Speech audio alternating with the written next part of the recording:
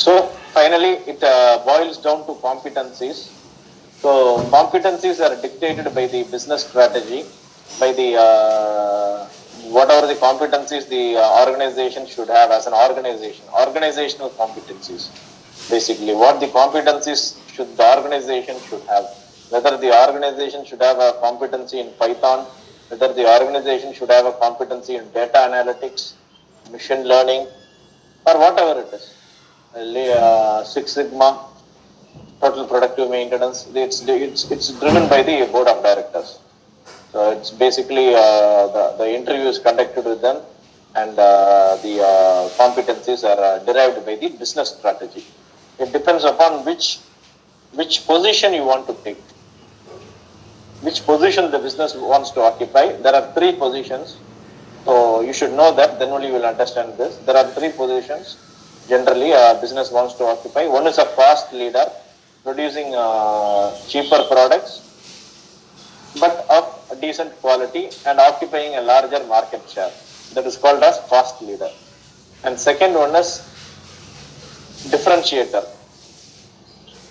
This is nothing but, again, you are producing at a reasonable cost, slightly higher than the cost leader, slightly above than the cost leader, but you are differentiating the product. You are adding some value to the product.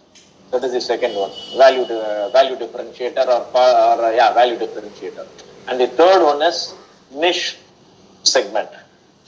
Okay, it is a niche is nothing but it is a part of the larger market. It is not a separate market. It is a part of the larger market, but it has a separate unique customers for itself. That is a niche segment. So depending upon whichever position the organization wants to occupy itself, whether a cost leader or a differentiator or a niche segment, the business strategy will vary. Okay, accordingly, HR strategy will vary. Accordingly, the number of HR people, HR structure will vary. So you should understand that. So here I would like to give you an example. Otherwise, you would have had an interactive session. Since time is short, I would give you an example. I would give you the example for a cost leader is, let us say, in PC market we will take HP. I would say HP is a cost leader. For an example, I may be wrong. It's only an example. You can have your own examples. Okay, I may not be 100% right. Second one is Dell. Dell may be a differentiator. And third one, in the niche segment, you have Apple. So HP, Dell, and Apple. So the kind of people they have will differently vary. So similarly, if you come to this thing, another three examples I will give you in the eatery segment. Basically, Cafe Coffee Day, which was bankrupt. The owner, the founder actually fell into the river now from Bangalore. Cafe Coffee Day. And the second one is Barista. Third one is Starbucks. So these are some of the examples. Similarly, you can tell in banking, you can maybe tell. Maybe banking is an easy industry. Maybe SBI, maybe a cost leader, I would say. HDFC, maybe you see the staff working there because it's a common place where we all go. SBI is a cost leader. Maybe HDFC or ICICI or Axis Bank would be a differentiator. And maybe Standard Chartered or Kotak Mahindra Bank would be in the niche segment.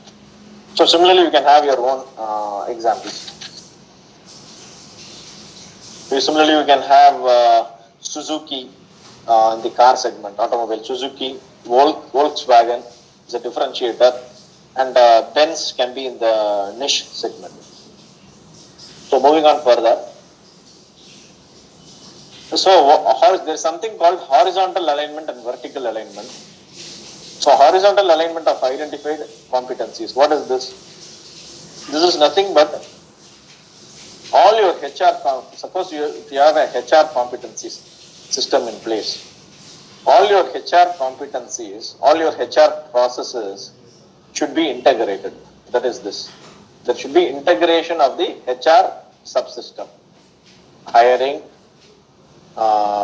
learning and development, performance management system, compensation and benefits, retention. So whatever the competencies required for each of these HR subsystems should be integrated, should be interwoven. That is an important word, integrated, interwoven. You can use the same similar competencies. Similar, suppose if you are hiring a logistics executive and you have got the job description. From the job description, you have derived the competency required for the position. The same competency matrix or the competencies, whatever has been identified, you can use it for recruitment, that is for hiring. The same competencies you can use for identifying the training needs. The same competency matrix, you can use it for performance management system. The same competency, you can use it for promotions, transfers, increments. If a common competency matrix is in place, which can be used for all the HR subsystems, whatever I have mentioned now, then there is integration of HR ecosystem. HR competencies integration. That is what I explained. Vertical alignment of competencies. This is nothing but integration of HR competencies with your business competencies. That should happen. Whatever the business competency you have and whatever the HR business competency you have identified, whatever the HR competency we have identified, there should be a linkage, interlinkage. If the business competency is something and if the HR competency is something, it will be like watching a movie which cannot be understood by all. It will be like a movie which cannot be understood by all of us. It's of no use. It will not serve the purpose. Okay, if the above two happens in a company, then HR is considered as playing a business partner role, BP role. So this is important. Integration of HR competencies, integration of HR and business competencies. There are two things, horizontal alignment, vertical alignment. So these two should happen. This is easier than done. It's not an easy job. If you go and sit with your shop floor people or your sales people, it's a big exercise. I'm not saying that nothing is impossible. It's not impossible, but it's a time consuming, tedious, and you need to have a buy-in from your business leader to do this, because often HR is considered as a service function. Just you take the attendance, process the payroll, evaluate the people, give them pay rise, solve the strikes, lockouts, etc. So this is predominantly considered as a HR function. But there are companies like Tata, Mahindra, to name a few, where they have implemented this complete Dave Woolrich model.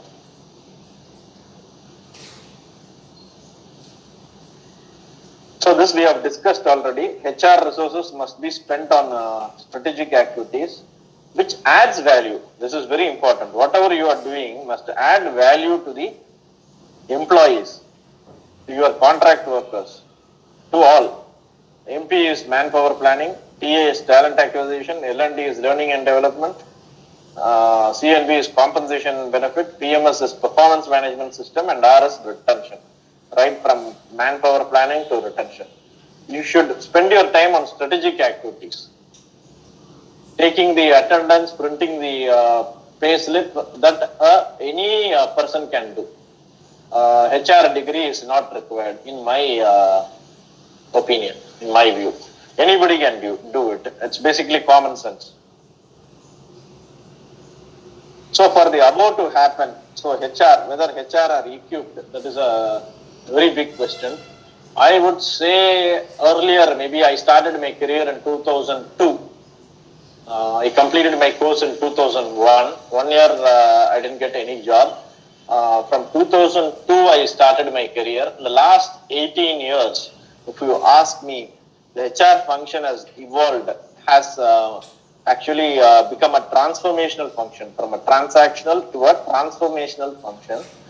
Not in all companies. There are some family managed businesses where it's difficult actually. There are some good corporates also. There are some multinational, it varies. So some corporates give importance to HR, where HR is the power center. I cannot name the companies because my view may be wrong, where HR will be the power center. So some companies, they make HR as a scapegoat.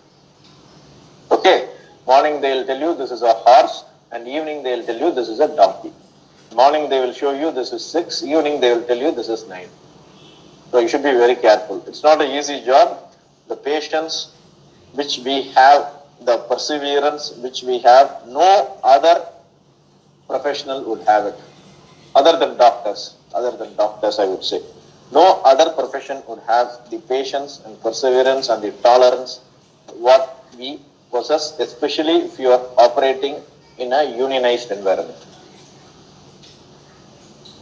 So these are basically the competencies which one must possess. Strategic competencies. The word strategic has to be underlined here. So ability to manage risk and change. So this COVID is a great example of managing risk and change, where the entire work dynamics have changed. Remote working, navigating remote workplace, managing the people remotely, people not coming to work. How do you take the attendance? How do you ensure their productivity? How do you manage the risks? People who are coming inside getting infected. Union claim that it is because of many people coming jointly together. The other end, the customer is asking for the product and you don't have people to produce. So these are some challenges for you, real challenges. And the union comment that you people are sitting in air condition and getting salary and we are making ourselves dirty and doing the production. All these things you have to hear from the union. Then moving on to next one is data analytics. This will serve as an aid for decision making. So data analytics is again easier said than done. You have to undergo a course on data analytics where you should be able to correlate. Because of this training, this learning, the production has gone up. Because of this training, the quality rejections have gone down. Because of this training program, the attitude of a person has changed. Something like that, you have to give a correlation. You have to do a correlation and regression analysis, right? Then moving on to you have to manage a global and diverse enterprise. So that competency you should possess. Okay. You have a factory in Singapore. Ours is a classic example. We have a factory in Singapore. We have a factory in France. We have a factory in China. So the cultures are different completely. France has a strong union. Singapore does not have a union. Indian setup has a union, etc. So it is completely diversified. This is the last one. If you acquire the first three one, automatically the third one you will get it. You should lead the function as a part of the larger organization. Leading the HR function as a part of a big organization. So this is where I told I'll discuss actually in detail the partnership model. If you see, which we have seen in 2 slides before. Here, if you see, let me just have a check on the time. Yeah, 10 minutes is there. I'll do a quick, I'll just spend some time here.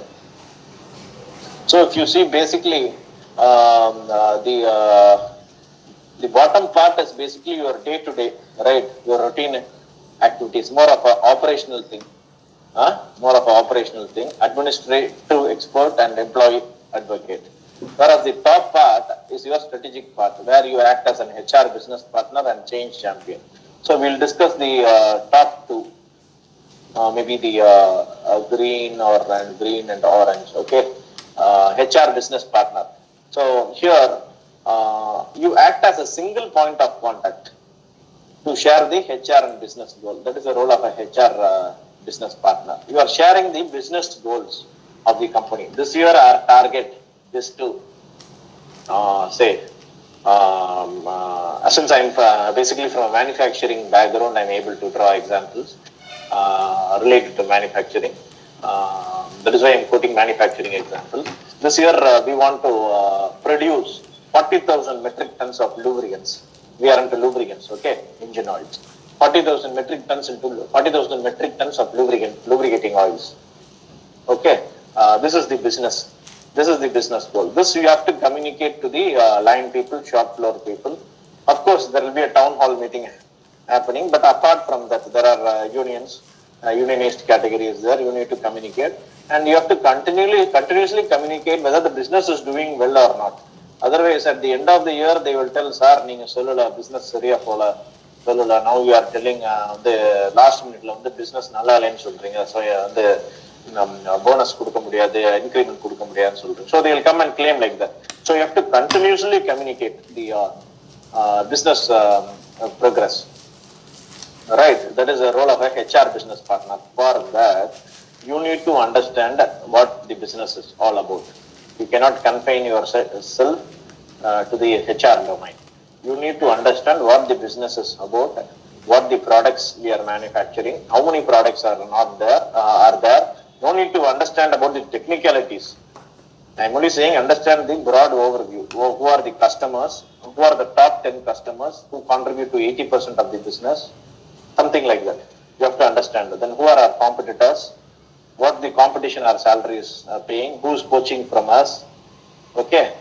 And you have to understand what are the various process flow, where the product flows from where we are buying the materials, from which service provider we are buying the raw materials, what is the raw material cost, whether it is a single supplier or whether we have an alternate supplier for this particular raw material. If that particular supplier runs out of stock, then from where you will import the material, what is the lead time, all these things HR must know. Then only, if you understand the business only, you will be able to connect the business and people. Okay, for this you have to move along with your sales people. Initially they may reject, they will not allow you, but later on they will accept. This is my experience. So the second one is leading difficult HR projects. Some very difficult HR projects. For example, what can I say? For example, you are implementing let us say a ERP system. So far the union has been very comfortable in handling taking manual pay slips. Now we are going to make it digitalized. Our union has been comfortable in applying for leave travel allowance through paper. Now we are digitalizing it. Something like that. Some ERP system. One of the examples I am quoting. Or if you are placing a kiosk and the kiosk says at the entrance how long this person will stay. Something like that. So next one is you have to identify your high potential talents across the organization and develop a succession plan for them. In case your high pot talent leaves, then the next person has to step into his shoe, right? Okay, next person has to step into his shoe. So far, S.P. Balasubramaniam was singing for Rajinikanth the title song. Now, who is going to sing? Something like that. So, design the HR plan for departments. So, for all departments, you need to design a HR plan. What is the manpower required? Manpower plan. What is the succession plan? If X leaves, whether Y can fit into say in the same position or one position lower. And you have to sell HR solutions. Whatever, if there is a dispute among the departments, frequently you will see that people will come to you. There you have to provide your solution. You cannot tell that there is a dispute between A and B sometimes, because I have come across the situation. Sometimes both may be right in his own view. Okay, unless you give an opportunity of hearing to both the people, you will not come to know who is right or wrong. And sometimes after hearing both of them, you will be inconclusive.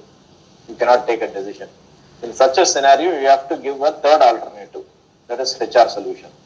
Option A, option B, then you have to give the option C. Option A may be one person may be telling, option B may be telling, both of them may not agree, but you have to give a third alternative, which is agreeable to both and better than the first two alternatives. And moving on to change champion. Here, this is a great example. This COVID I can easily quote. Anyone can quote COVID, because this is a big change which has happened from the work dynamics. All our patterns have changed, sleeping patterns, etc., eating patterns, etc., have changed. Working patterns have changed. A person made a mistake. I asked him, why you made a mistake? He's saying, sir, I work from home, so I made a mistake. This is the reply given. Sir, it's new to me.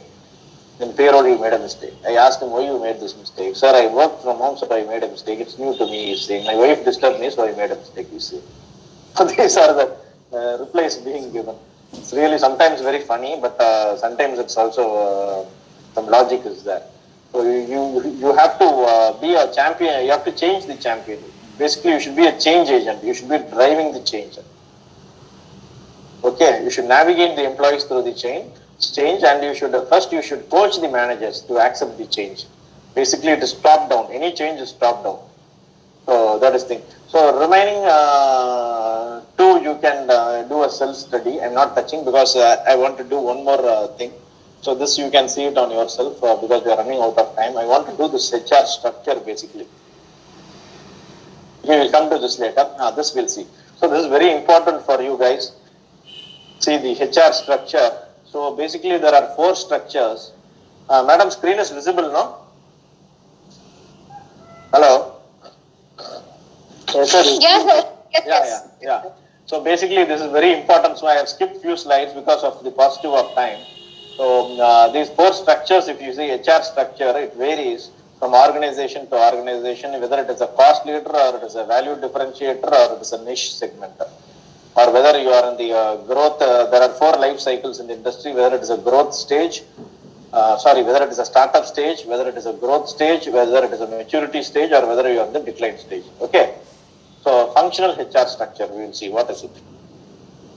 Here the focus is more on compliance. You will have one common HR department which does all the activities, end-to-end HR activities, more of a HR generalistic function. Again, this model is being created by Dave Woolrich. It is called the 3-leg stool model. This slide, okay, this you can see on your own. Okay, 3-leg stool. So here we'll see. So if you see, focus is more on compliance. You will have one HR generalist who will be taking care of from manpower planning to exit interview, right? Here cost plays a critical role. Basically, organizations which are a cost leader in its own segment have this structure. Okay, then cost of managing people. Then you have the dedicated HR structure. The first one is cost plays a major role. The cost leader kind of organizations have this structure. Dedicated HR structure, you have a centralized standalone HR structure, each person specializing in his own domain. For hiring a dedicated person, for PMS a dedicated person, for L&D a dedicated person. So here responsiveness is a priority. How fast you are responding to the needs of the employees, how fast the needs of the employees are met, what is the cycle time for recruitment. If it is 90 days is the cycle time for managers to close the position, whether are you able to close the position in 60 days or are you taking 120 days. What is the trade-off between cost and employee responsiveness? Trade-off means what you choose to do, what you choose not to do. What is the trade-off between cost and employee responsiveness? What is the autonomy provided to business unit HR?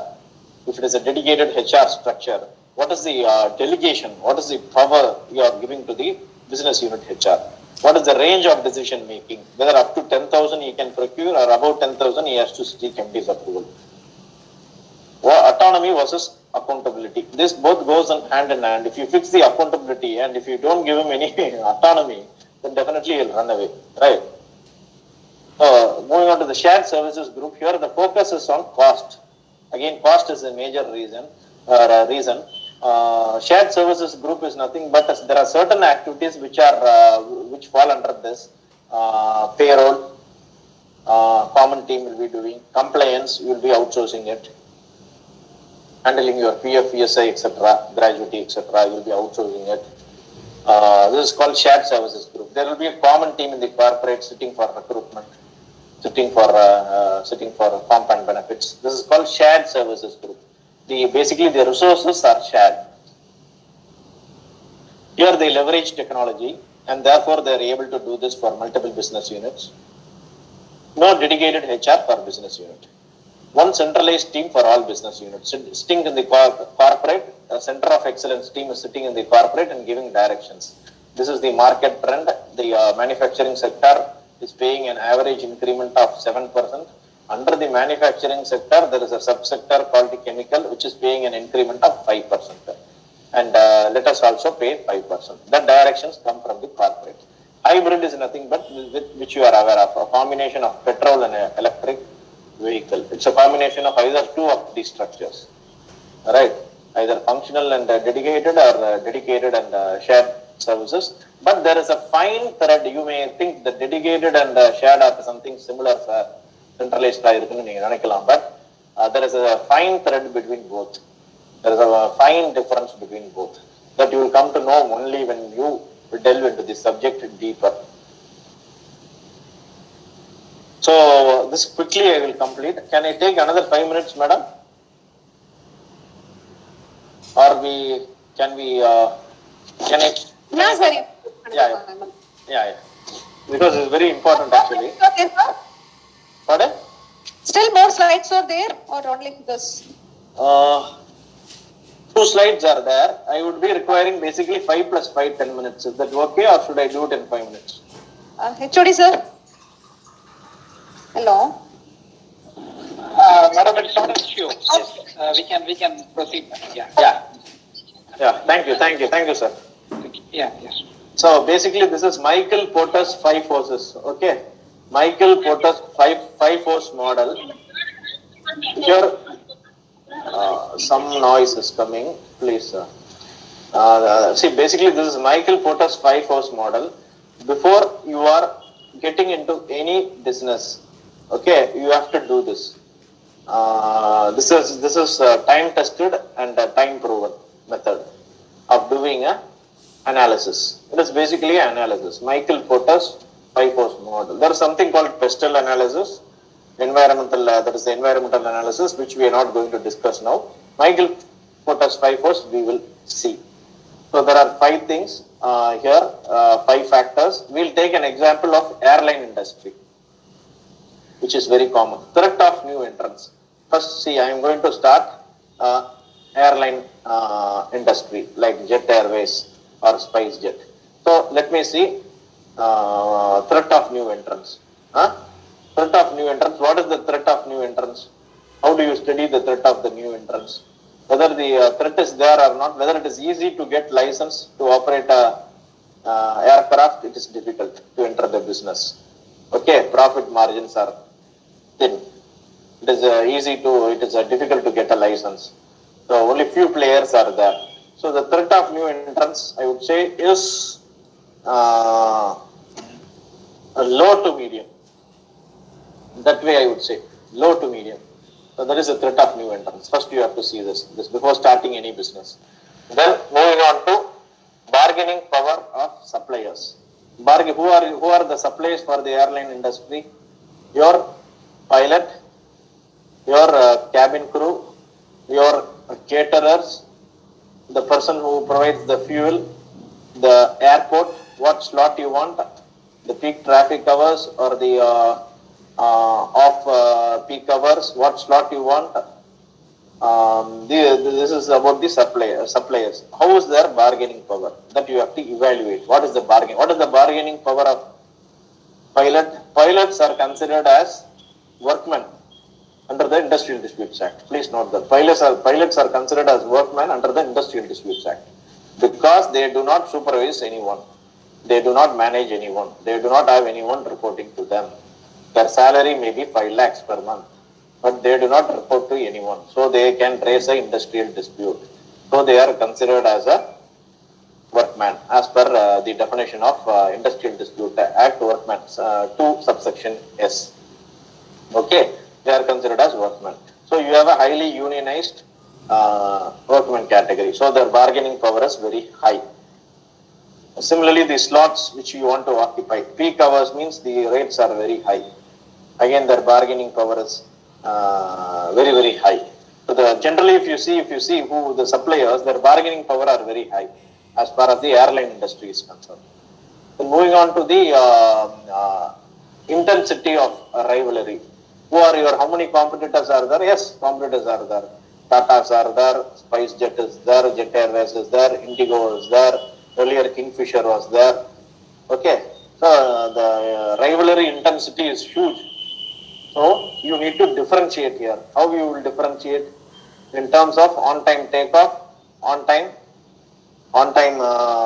takeoff, and on-time reaching the destination and services. So that is where Kingfisher made a huge success, but of course that is a different story why they have failed. Okay, Then moving on to bargaining power of buyers. Who are the buyers? We, customers, we all do air travel. Okay, we are the buyers. Our bargaining power is high because there are various airlines and the rates are very dynamic. It depends upon the date of travel. If you book in advance, it is very economical. From Chennai to Coimbatore yesterday, my friend traveled. It was only 2,400 because no takers are there. Right? No takers were there because of this COVID. And a train, if you go in Sadapti, it is same. So, you see. So, this is the thing. So, moving on to threat of substitutes. So, threat of substitutes is whether your product can be substituted. This is very, very important. If your product can be substituted, great example is the mobile phone. How many products it has substituted? It has replaced your calculator. It has replaced your watch. It has replaced your stopwatch. It has replaced your MP3. It has replaced your MP4. There are around 22 products. It came in one WhatsApp. 22 products which have been replaced by a simple mobile instrument. Something phenomenal, camera, something phenomenal. So that is technology, that is disruption. So you have to see whether your business will be disrupted. Here for this airline industry, now I won't say it's a disruption, but I would say it's a substitute. Basically, why we are traveling, the survey found out the major reason for traveling is meetings. We either go and do, as far as my profession is concerned, we go and do interviews either in Bombay or wherever we have office, or we go for meetings. Primary reason is meetings, right? Primary reason is meetings. But because of all this virtual platform which has come of late, I won't say it is a substitute, but it is a kind of a threat only, no doubt. So all the interviews are now happening in the virtual mode. Now all the learning which is happening currently, which is now happening with your institution and me, I'm sharing my experiences again virtual. Otherwise, I would have had to travel to Coimbatore, then take a 1 hour session or 2 hour session or whatever it is. So there will be some deterioration in the airline industry. We have to wait and watch. So this analysis you have to do before you enter into a business. Whether what is the threat, what is the bargaining power of your suppliers and buyers, what is the intensity of rivalry, what is the threat of substitute. So with this I will conclude industry life cycle stages. So basically there are 4 stages. Introduction is nothing but your startup. What I have mentioned here, what is the critical success factor that is required in a startup and what is the dominant HR practice. In a startup, obviously leadership is important because the business is new. Leadership is important. There will be a lot of